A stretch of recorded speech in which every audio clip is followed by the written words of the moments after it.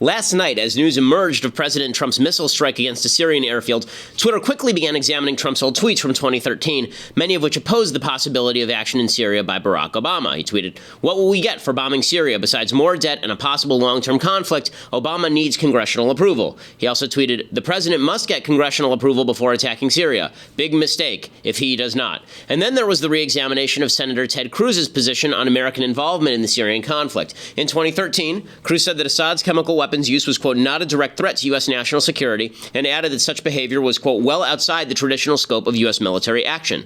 Now, Cruz is silent on Trump's airstrikes, adding, quote, "I look forward to our commander-in-chief making the case to Congress and the American people." In 2013, I was one of the people who opposed Obama's pre-stated pinprick strike. I tweeted at Hugh Hewitt, "Lobbing missiles into Syria without decapitating the regime strengthens both Assad and the mullahs." I also wrote in a column around that time that Obama's strategy was destined to fail because he had no credibility to uphold. He was negotiating a deal with the Syrian sponsor state Iran. He was undermining American allies all over the region. He was making the only standard for intervention use of chemical weapons while ignoring all of Assad's other war atrocities. So, what's changed between 2013 and now? Three things. First, Trump can reestablish American credibility. Obama had already blown American credibility out of the water for 4 years by the time Assad gassed his own people. It was obvious to everybody, Democrats and Republicans, that not only did Obama lack a plan in Syria, he was looking to launch a few missiles to silence criticisms of his pathetic foreign policy. As I tweeted then, hitting a few donkeys in the rear in Syria wouldn't do anything but make Assad look stronger and the United States weaker. The same is not true of Trump. He's a brand new president, a man of mystery on foreign policy. A coherent plan of action following a strong immediate response to a chemical attack can help reshape the map in different ways than Obama could in 2013. Second, the Russian-Iranian axis is now operative in Syria. After Obama handed over control of Syria to Russia in 2013, I wrote this, quote, "Thanks to President Obama's statements in August 2012 regarding a Syrian red line on chemical weapons use in Syria, the United States was faced with 3 choices in Syria: depose Assad, do nothing in order to prevent al-Qaeda from taking over the country, or, as John Kerry advocated, push for an unbelievably small action in order to reinforce America's credibility. The third option was probably the worst. But in a truly awe-inspiring display of his foreign policy genius, Obama has found a fourth option: appeasement, complete with international weapons inspections it rejected just a week ago." In 2013, our geopolitical interests in Syria were significantly less important than they are now, thanks to Russia's aggressively reshaping of the Middle East. Obama handed over power to Russia in Syria, thereby helping complete an Iranian-Russian axis that now spans from Iran to Lebanon, and then back to Iran through his idiotic and evil nuclear deal that made Iran a regional power again. All of that is creating a safe haven and base of strength for Iranian-backed terrorists, strengthening Putin's hand as an expansionist dictator, and even creating an incentive for countries who oppose Iran and Russia to covertly support ISIS. Blunting Russia's ambitions in Syria without drawing us into a war with them is a worthwhile goal. Third, the map does not look like it did in 2013. Here's a graphic of control of Syria in 2013. You can see those blue dots up in the top, those are the Kurds, and then you see the red dots, that's the opposition, and the black dots are the government. Now, here's a map from March 2017. Okay, you can see the black there is ISIS, the red is the Syrian government, and the yellow is the Kurds. Note the geographic divides. Note also the new clarity about the identities of some of Assad's rivals. In that first map, you didn't know who his rivals were. Here, you know a lot of them are ISIS. This means that America's strategic goals have changed. Now it's no longer about deposing Assad per se, which was always a questionable goal given his terrorist rivals. America has no interest in intervening in the middle of the Syrian civil war. We do have interests regarding Assad's dominance and fighting ISIS. Russia and Assad are not interested in fighting ISIS. That was always a fantasy of pro-Russian isolationists. Our best policy at this point is to contain the region without serious intervention, kill as many ISIS members as possible along with friendly countries, and to deter major human rights violations if possible, while emboldening the Kurds in that yellow northern region. That's why Trump's first strike matters. But it won't matter unless he has some sort of strategy to back it up. If he doesn't, it will be precisely the same as Obama's proposed pinprick strike and will have been a counterproductive rather than a first blow toward restoring American interests on the world stage. I'm Ben Shapiro. This is The Ben Shapiro Show. Alrighty, so obviously a ton of news to get to. Neil Gorsuch has now been confirmed. He is now going to be on the Supreme Court. Good for Senate Majority Leader Mitch McConnell. I didn't think he was actually going to do it. He did invoke the nuclear option, did what he was supposed to do. Good for him. We'll also get to a full analysis of what is happening in Syria. Is it good? Is it bad? Or are we undecided? But first, I want to say thank you to our advertisers over at Boll & Branch. So, as somebody who is a really light sleeper, a really poor sleeper, there's nothing that I appreciate more than the Boll & Branch sheets that are on my bed. It's BOLL and branch.com. these are the most comfortable sheets I have ever owned. I've bought, I think, 3 separate sheets sets from Boll & Branch because they are so comfortable. They're organic cotton. But, you know, they are, all I can tell you, I don't know that much about sheets. I don't know that much about thread count. What I do know is what feels good and what breathes at night and what is comfortable. You know, people always say things like, well, this has a 1,000 thread count. Okay, the thread count apparently doesn't mean anything. That's just talking about the density of the threads within a certain amount of space. But what you do is you drive past a gas station in LA, they have a sheet set, and they'll say it's 1,000 thread count, and you buy it, and it's just actually like a plastic tarp. Boll & Branch sheets are the best quality sheets. There are 3 ex-presidents that sleep on them. I sleep on them as well. They are fantastic. They're the most comfortable sheets I have ever owned. I've encouraged my parents to get them as well. BollandBranch.com today. Go use the promo code Ben, and you get $50 off your first set of sheets plus free shipping when you use that promo code Ben. A set of sheets like $200 there, which is significantly less than it costs for a real luxury brand. And Boll & Branch is indeed a luxury brand. You get $50 off your first set of sheets. $50 plus free shipping right now at BollandBranch.com, BOLL and branch.com. Use that promo code Ben so that they know that we sent you, and you get that $50 discount off your first set of sheets plus the free shipping. Okay, so big news last night. The Gorsuch thing, we can wait till later to discuss, but it's not huge news because we knew all week that they were going to confirm Justice Gorsuch. Big win for President Trump. He fulfills a campaign promise. Big win for Mitch McConnell, who fulfills a quasi-campaign promise. It is a big thing.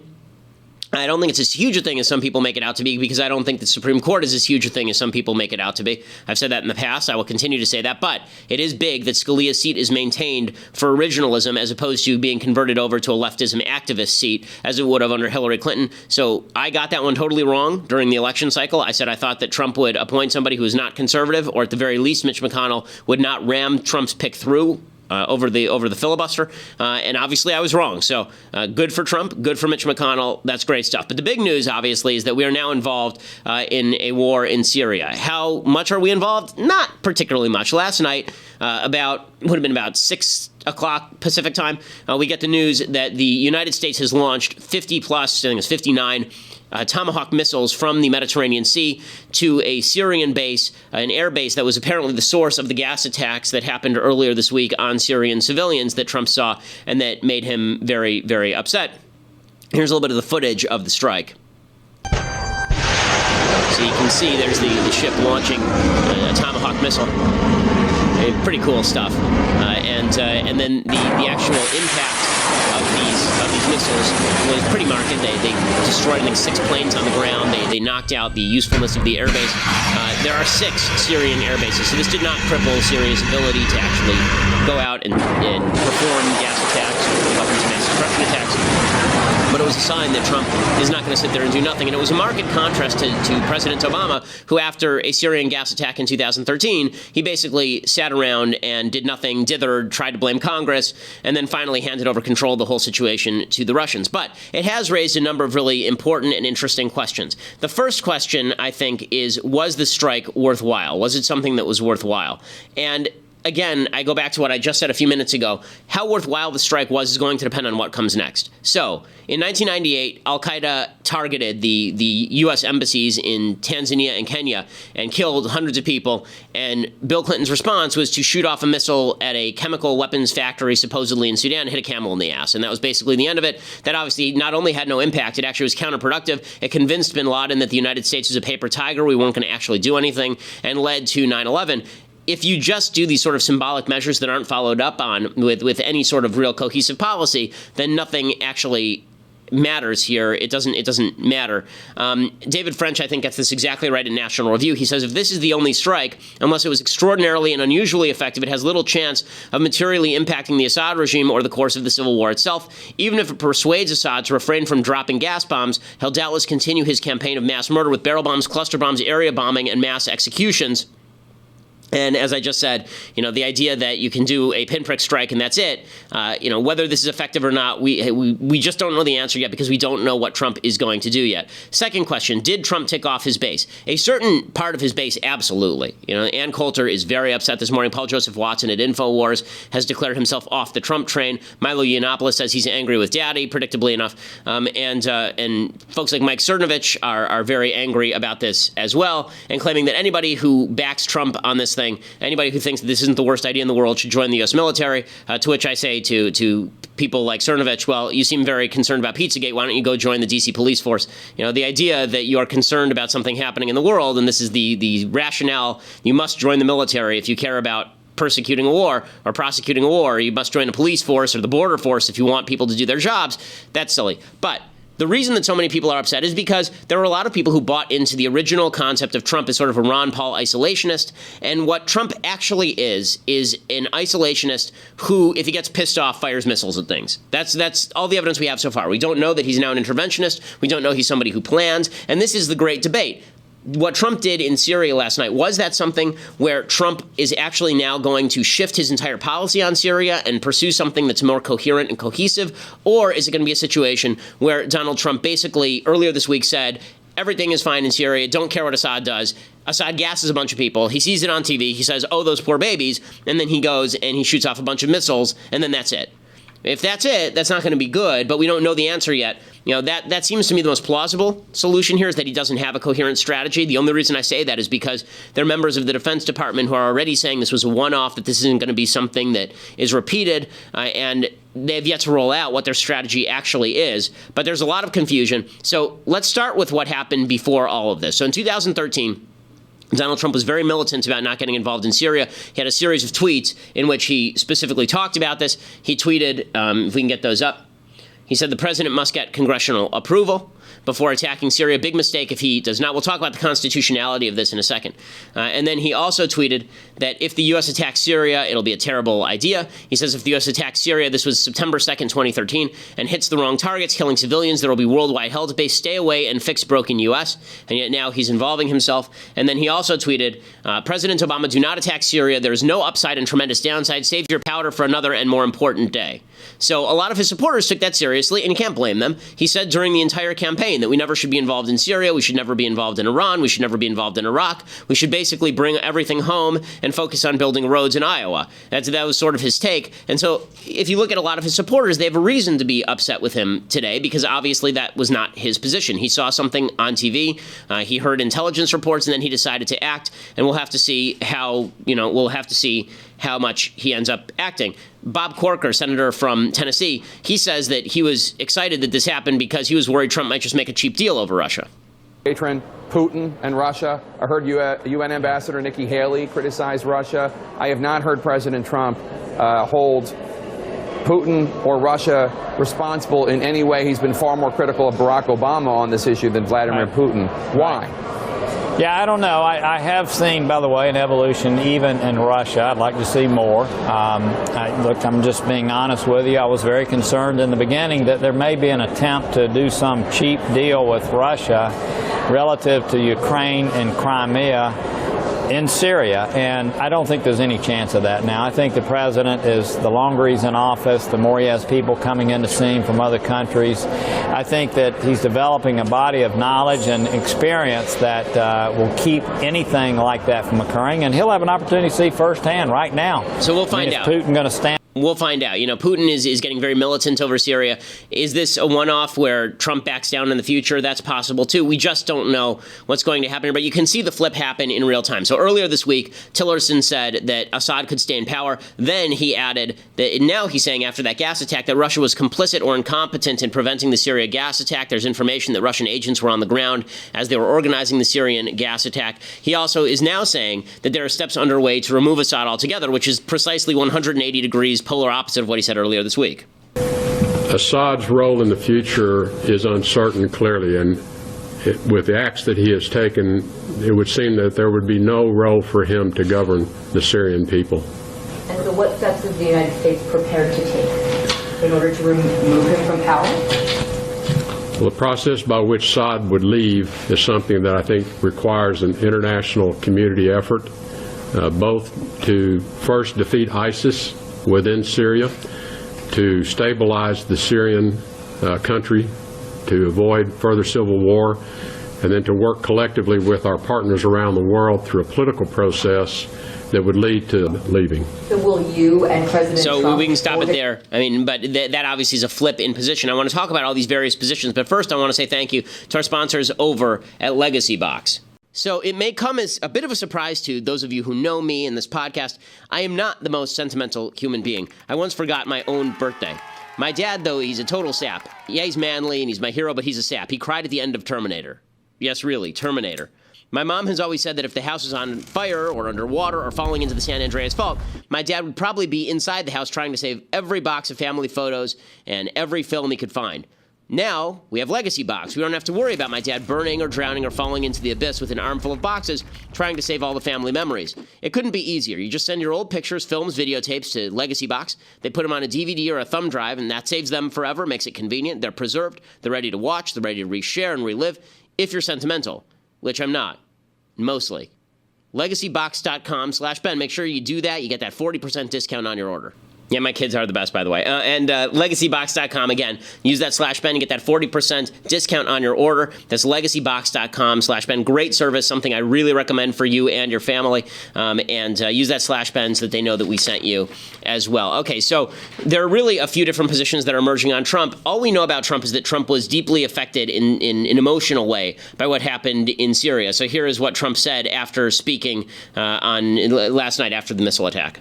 My fellow Americans, on Tuesday, Syrian dictator Bashar al-Assad launched a horrible chemical weapons attack on innocent civilians. Using a deadly nerve agent, Assad choked out the lives of helpless men, women, and children. It was a slow and brutal death for so many. Even beautiful babies were cruelly murdered in this very barbaric attack. No child of God should ever suffer such horror. Tonight I ordered a targeted military strike on the airfield in Syria from where the chemical attack was launched. It is in this vital national security interest of the United States to prevent and deter the spread and use of deadly chemical weapons. There can be no dispute that Syria used banned chemical weapons, violated its obligations under the Chemical Weapons Convention, and ignored the urging of the UN Security Council. Stop it right there. There is some irony to this if you're a Trump follower, and Trump spent his entire campaign ripping on George W. Bush, saying that George W. Bush was a warmonger. If you recall, what was George W. Bush's excuse for going into Iraq?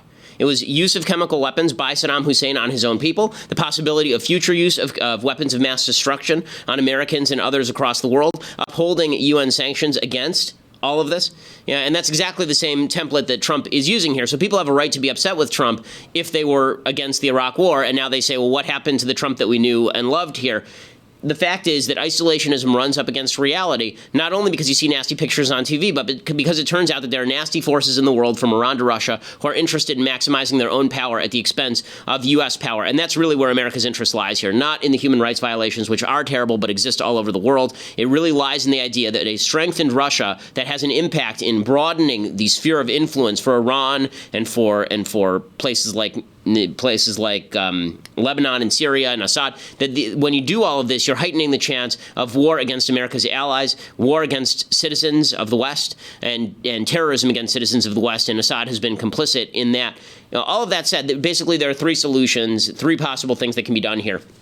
And we'll talk about all of them. But for that, you're going to have to go over to dailywire.com and subscribe right now. $8 a month gets you a subscription over at dailywire.com. Right now, if you get a subscription, then you can watch the rest of this show live, plus be part of the mailbag, which is happening right now. You don't get to be part of the mailbag and have your questions answered unless you go to dailywire.com right now and subscribe. Also, you get to watch Klavan's show live and be part of Klavan's mailbag as well. Plus, I promise there are more goodies coming up for members in the very near future. And if you become an annual member, you get a free signed copy of Michael Knowles' Reason to Vote Democrat, a comprehensive guide, a masterwork of political thought about leftism. It is the most thorough book on democratic thought ever quasi-penned.